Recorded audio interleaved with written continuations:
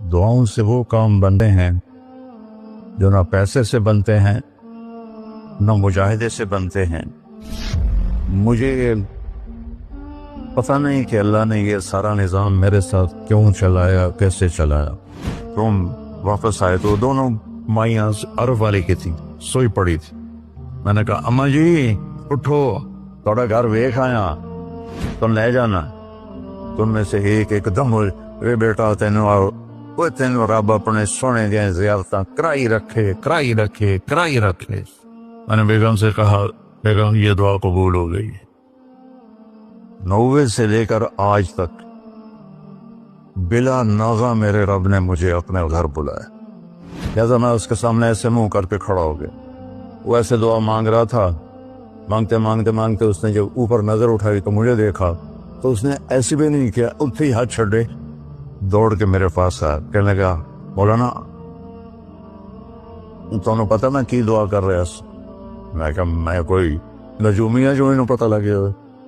کہنے لگا میں یہ دعا کر رہا، یا اللہ مولی طارق جمیل کو اماں کی دعا لگی ہوئی ہے، وہ ضرور آیا ہوگا حج پر، وہ جہاں بھی ہے مجھے ملا دیا۔ کہ یہ میرے الفاظ ختم ہوئے ہیں تو سامنے کھڑا تھا۔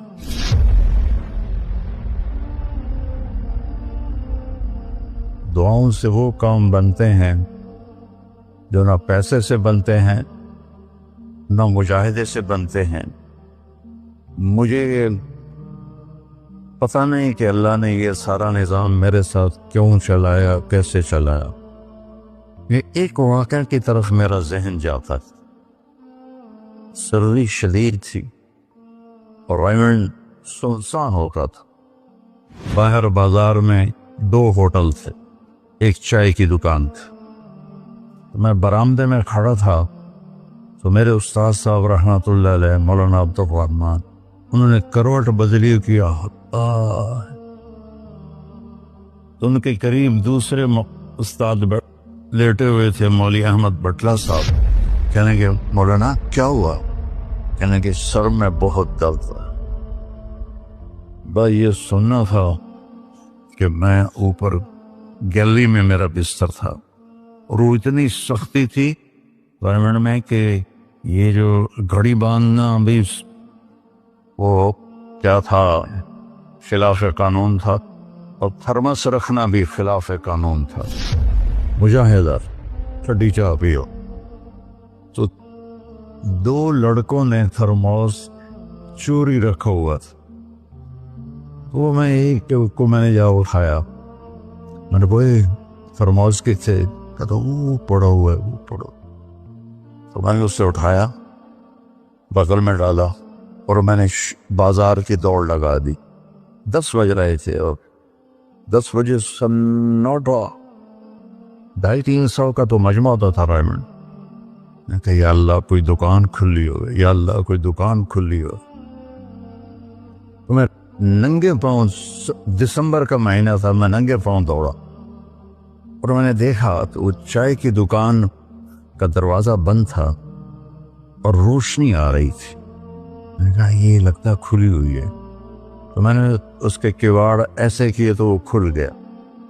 تو آگے وہ دکان والا، اس کا نام تھا انور ملتانی رحمۃ اللہ۔ یہ میں آپ کو بتا رہا ہوں 73-74 کی بات۔ تو وہ بیٹھا ہوا تھا، میں نے کہا بھائی انور چائے بنانی ہے۔ کہا بھائی میں تو بھائی میں تو تھکا ہوا ہوں، یہ دودھ پڑا ہے خود ہی بنا دے۔ تو میں نے کہا چولہا کا، یہ چولہا بھی پڑا ہے۔ تو میں نے وہ ہوتے تھے ہوا بھرنے والے چولہے، اس سے میں نے دودھ گرم کیا، پتی ڈالی، چائے بنا۔ چائے کی دکان پہ سر درد کی گولی کا کیا کام ہے؟ میں نے کہا بھائی انور کوئی سر درد کی گولی ہے؟ ارے بھائی وہاں دیکھ لے شاید پڑی ہو کوئی۔ وہ کھڑکی سی تھی، جب میں نے وہاں دیکھا تو ایک گولی ساری ڈان ہوتی تھی، وہ وہاں پڑی ہوئی تھی اور اس پر مٹی جمی ہوئی تھی۔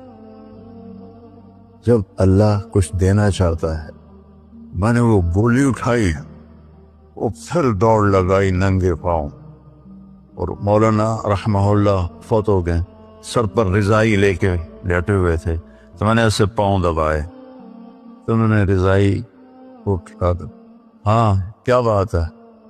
میں نے کہا جی یہ چائے ہے اور یہ سر درد کی گولی ہے، آپ کو درد ہو رہا ہے، نوش فرمائیں۔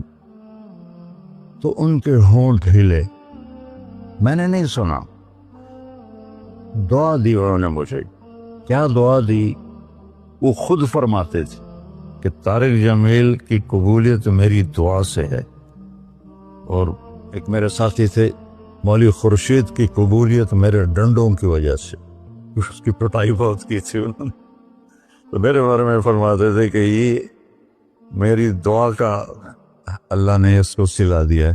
تو انہوں نے بے ساختہ مجھے دعا دی، انہوں نے سنی نہیں، چائے پلائی، گولی کھلائی، اللہ نے کیا سے کیا کرتے۔ میں اپنی بیگم پھوپھی رحمت اللہ علیہ، والدہ رحمت اللہ علیہ کے ساتھ حج پہ گیا۔ ان کو لے کر میں باہر نکلا تو دو بوڑھی عورتیں بیٹھی تھیں۔ میں کہ اماں جی کیوں بیٹھی ہو؟ کہ پتر راہ بھول گئی ہیں۔ اب میرا بھی وہ دوسرا حج تھا، مجھے بھی مدینہ کا حدود اربا پتہ نہیں تھا۔ میں کہ کوئی ہے کارڈ کل کارڈ؟ انہوں نے کہا اے کارڈ ہے۔ میں کہ آ جاؤ، اور دونوں چل پڑی۔ مجھے ایک عرب ساتھی نے پورا گھر دے دیا بس۔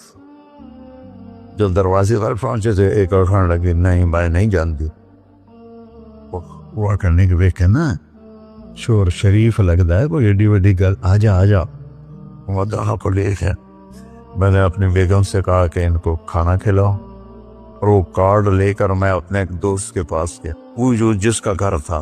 میں نے کہا اٹھو دکان سے اور یہ پتہ تلاش کروا۔ تو ہم دونوں گاڑی میں بیٹھے اور گھومتے گھومتے گھومتے کوئی آدھے گھنٹے کے بعد ہم نے وہ بلڈنگ تلاش کر لی۔ تو ہم واپس آئے تو دونوں مائیاں عرب والی کی تھیں، سوئی پڑی تھی۔ میں نے کہا اماں جی اٹھو، تھوڑا گھر ویکھ آیا، تم لے جانا۔ تو ان میں سے ایک دم اے بیٹا تینوں رب اپنے سونے دیا زیارتاں کرائی رکھے۔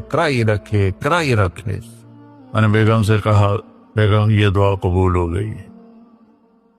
90 سے لے کر آج تک بلا ناغہ میرے رب نے مجھے اپنے گھر بلایا۔ ایک 94 کا حج نہیں ہوا کہ وہ میری انگلینڈ تشکیل ہو گئی تو میں وہاں چلا گیا، پے در پے حج عمرہ حج عمرہ حج عمرہ حج عمرہ۔ یہ 3 سال کووڈ کے جو آئے تھے نا وہ ناغہ ہے۔ تو میں ہمیشہ کہتا تھا کہ اماں دی دعا۔ اب ایک مزار قصہ سنا کے پھر نماز پڑھنی میں طواف کر رہا تھا تو میری نظر پڑی جواد وسیم پر، وہ مقام ابراہیم پر نفل پڑھ کے بیٹھ کے دعا مانگ رہا تھا۔ تو میں وہاں کھڑا ہو گیا، میرے ساتھی نے کہا طواف پورا کرنا بھی ہے۔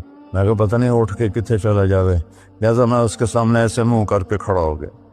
وہ ایسے دعا مانگ رہا تھا، مانگتے اس نے جب اوپر نظر اٹھائی تو مجھے دیکھا، تو اس نے ایسے بھی نہیں کیا، اتنے ہی ہاتھ چھڑے دوڑ کے میرے پاس آیا، کہنے لگا مولانا تمہیں پتہ میں کی دعا کر رہا سا؟ میں کہا میں کوئی نجومی ہے جو انہوں پتہ لگے ہوئے؟ کہنے لگا میں یہ دعا کر رہا، یا اللہ مولوی طارق جمیل کو اماں کی دعا لگی ہوئی ہے، وہ ضرور آیا ہوگا حج پر، وہ جہاں بھی ہے مجھے ملا دیا۔ کہ یہ میرے الفاظ ختم ہوئے تو تو سامنے کھڑا تھا۔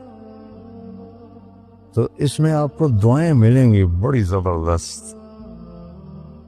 اللہ اپنے فرائض پورے کرو، نماز میں ناغہ نہ ہو، کسی کے لیے دل میں نفرت نہ رکھو، آپس میں اگر صحیح چلنا ہے تو ایک دوسرے کی غیبت نہ کرو، برائی نہ کرو، تو پھر انشاءاللہ نسلوں تک اللہ ہمارا یہ کام چلے گا۔ میں روزانہ مانگتا ہوں یا اللہ اس کو صدیوں پر لے جا، یہ نہیں کہ میں چلا جاؤں تو کام ختم ہو جائے، یا اللہ اس کو صدیوں پر لے جا، تیرے لیے کیا مشکل۔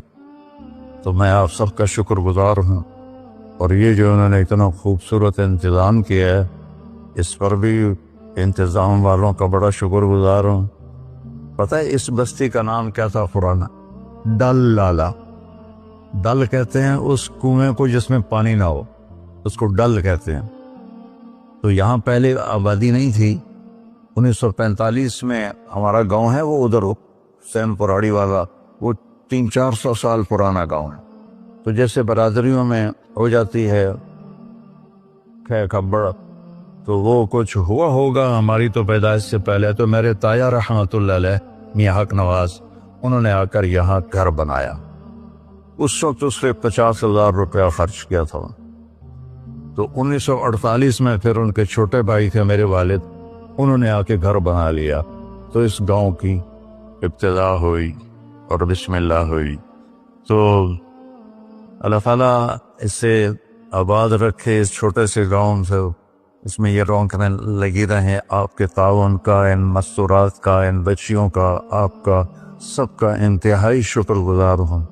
آپ اپنے اس کو جاری رکھیں. میں اجازت چاہتا ہوں کیونکہ مجھے فیصل آباد نکلنا ہے. اللہ بہت برکت دے، آپ سب کو قبول فرمائے.